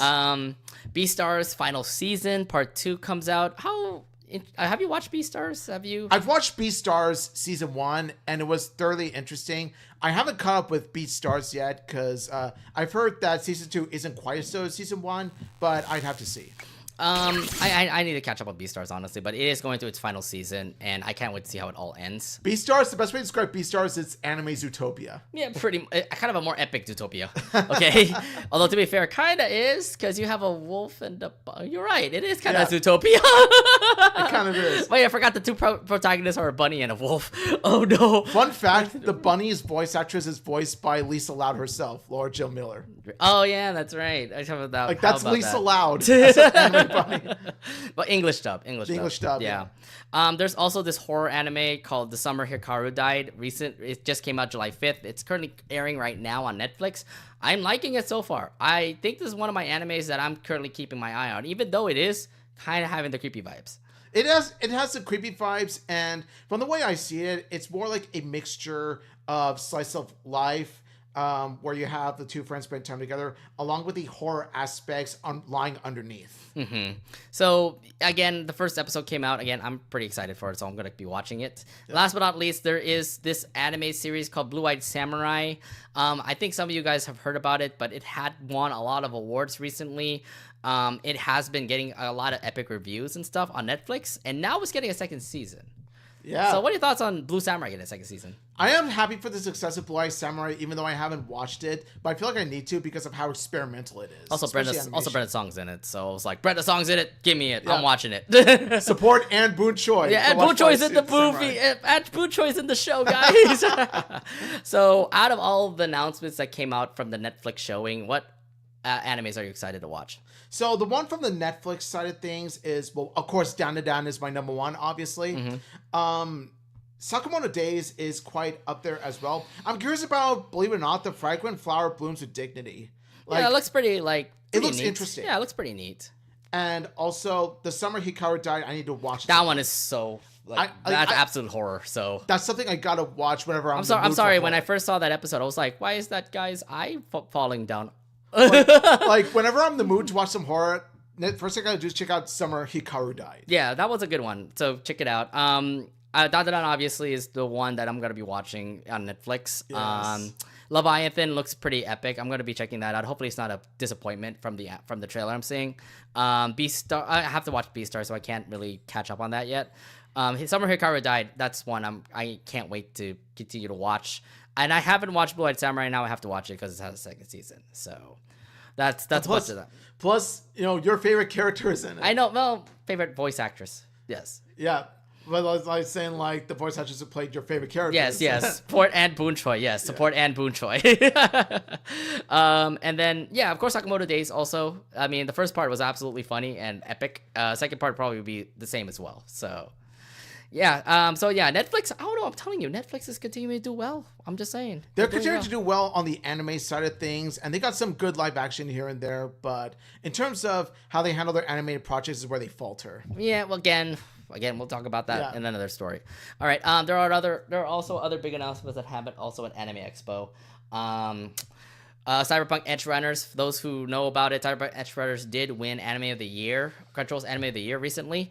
It is having a second season. I know a lot of fans who are going to be excited for that. Are you excited for Cyberpunk Edge Runners second season? I need to watch Cyberpunk Edge Runners season 1 in order for me to be excited for it, but I will say that the animation looks very well spot on. Yes, it's absolutely great, by the way. Trigger makes this freaking anime. I'm pretty sure it's going to be good. I know, and as a Studio Trigger fan, I'm kicking myself for not starting it. Hello, they made this too. Trigger made this too. Okay, yeah, so you just further proved my point. You further proved my point. There you go. Yeah. Let me transition this here, by the way, because they can't see the screen.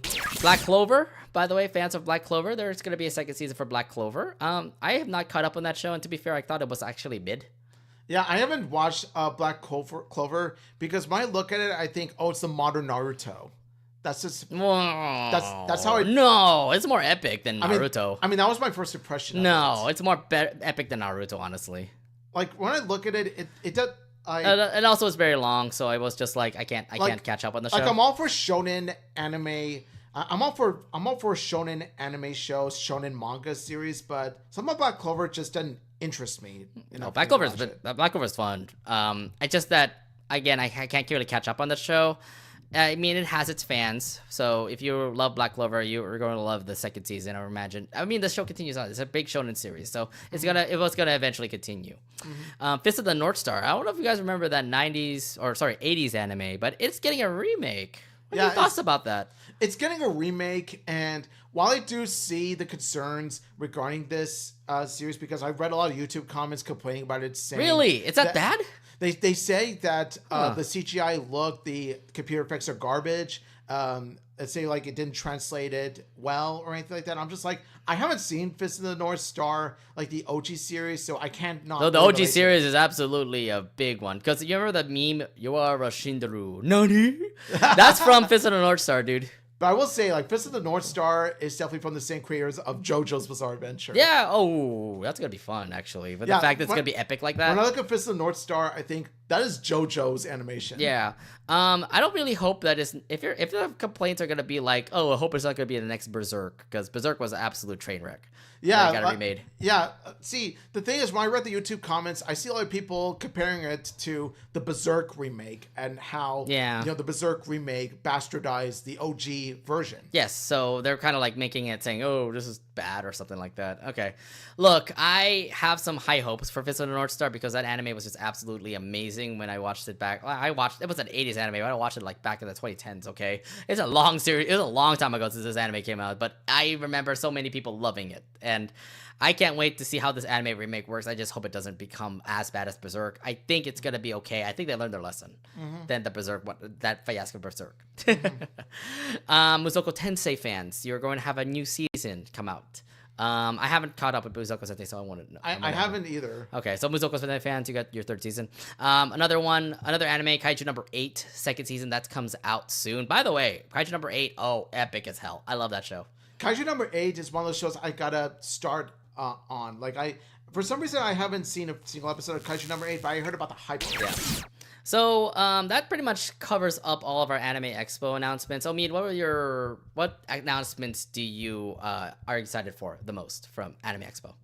Where do I even start? This is like an entire anime announcement buffet. Yeah, I was so intrigued with what animes came out. I mean, like, you know, we've been through these like summer presentations. We saw Summer Games Fest bring out the next listing of games. Like the next Resident Evil game is coming out. What was it? We had what was it? We had Netflix's Tadam, where we had so many like shows of the Netflix's epic franchises having previews, and now anime is next on the list with Anime Expo. It's becoming its big announcement fest to say. It right? really is. Like the thing with AX is that it's it's North America's largest anime convention, so of course they're going to deliver some goods. Yeah, I mean it's going to be, I don't know what, but it's kind of like in a big level like Comic-Con. You know, Comic-Con always bring out big announcements too, right? Yeah. So it's kind of like this, but anime. This, but anime oriented, yeah. Whereas Comic-Con, they focus on all the new stuff coming out in terms of pop culture. Yeah, so like movies and TV shows. By the way, be on the lookout for our SDCC Focus episode. Yeah, we'll probably do that. Plus, I know I saw this listing recently for SDCC. That apparently there's a Big City Greens thing happening over there. So bingo bango. I want to go bingo, now. Bango. I want to go now. Bingo bango. Yeah, but like these announcements have been great, but it also did lead me on one thing. All your favorite shows that you loved back in like a couple years ago is getting new series. Like they're just continuing on with the series that you love. Like, you know, Persona is having a live, which is great. They have a new game that came out as well, P5X for mobile. I just downloaded to my iPad. I know. There's this new game called Uma Musume. The anime, there's a new anime series, by the way, for Uma Musume that's on Prime, which I didn't know about, but now I want to watch it. Yeah. Great. I love horse girls. Yeah, you just told me about it. You just told me about it. I'm just like... and then, like, again, Free Rent having a second season. You got Free Rent having a second season. You have my Apothecary Diaries having a second season. You have Bleach. Season. Yeah, third season. You have Bleach having the final part. You have, like... ReZero having a new season. We didn't announce it, but there is a new season for ReZero. You had Panisaki coming back. You had Sakamoto Days having a new part. You have Dadaran with a new season. It's like the favorite shows that you love, the favorite animes that you love is just continuing on. Like there are new projects here and there. They're a little bit smaller than expected, but like all the announcements that happened at Anime Expo were all just like, hey, we know you love the series. Let's make a new season for it. Yeah, and I think that's what I love about this. It's that it pretty much embraces continuation of anime stories. Yeah, and to be fair, like there are some that says like they want to continue on with the series, like some fans who read the manga, like they say like, hey, this is not done yet. Like, where's this part? Why haven't you animated this part? And that's why everyone's saying like, hey, I might as well make a new like season for it. And there you go. And in some cases where it's original anime, there's some in which mostly animes that have been announced in which it's going to be the start of a first season is based on hit mangas like Demons of the Shadow Realm, which I'm very excited for. And same with like what was the other thing that we didn't talk about today? Black Torch. Yeah, that one also looks pretty epic. Like that has a new anime series. Yeah. So nonetheless, I mean, I think that's the lesson that I got from this Anime Expo. Like it is becoming like San Diego Comic-Con but with anime. And at the same time, these latest announcements just tell me like if you love this anime series, then we're gonna give you a new one. Yeah, we'll give you more of it. Yeah. And also, even with Demons of the Shadow Realm, Rooster Fighter, and Black Torch, they pretty much say that their mangas have been hit, they've been popular, so here's an anime adaptation of it. Yeah. And I mean, like, I liking the move. I'm really liking, like, how they're doing it, so I just hope that these next upcoming... I mean, I would imagine, because, like, every second season for animes, like, ends up still getting good. Like, I'm currently watching the Apothecary Diaries second season, and that's really good show right now. So yeah, I'm... Like I said, I gotta keep up with you. Like, you're on second season. I'm still in first. And who knows what other shows I'll catch up on. I mean, Cyberpunk Edge Runners is absolutely absolutely epic. Please watch that, by the way. Second season of it is going to be awesome. Kaiju number 8, that's also pretty awesome.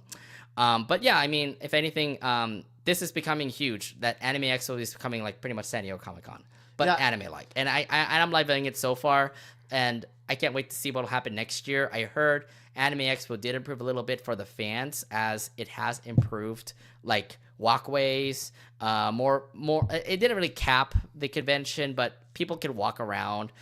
You probably won't be able to actually get your stuff quickly, but it is when it comes to the fans. But no matter what, I feel like Anime Expo is improving a little bit, and I just hope it continues to improve so that everybody can at least have a much better time at Anime Expo compared to like the previous years that we've had. Anime Expo's growth definitely mirrors, the growth of anime as an art form. Like, I'm so blessed that we live in a day and age where anime has become it's now becoming the norm. It's the norm, and I could not be happier about it. Yeah, I know back then, like back in like 2000s, people watching anime were like, "Whoa, you weirdo," or stuff like that. And it's like, I'm sorry, who's the weirdo now? Yeah, I'm sorry, but you're liking anime. You're liking what was it? You're liking Attack on Titan. Yeah. Mm-hmm. Exactly. Remember when Attack on Titan was so epic back in like the first season? Yeah, everybody started liking y'all can anime eat your then. words. Eat your words. You know what I miss though? Where's Bocchi the Rock's second season? Like, do we have any new things about Bocchi the Rock's second season? I know that got announced, but we never got heard anything about it. So yeah, I was actually kind of low-key disappointed. We never got, first of all, not just Bocchi the Rock, but also, where's Oshinoko Season 3?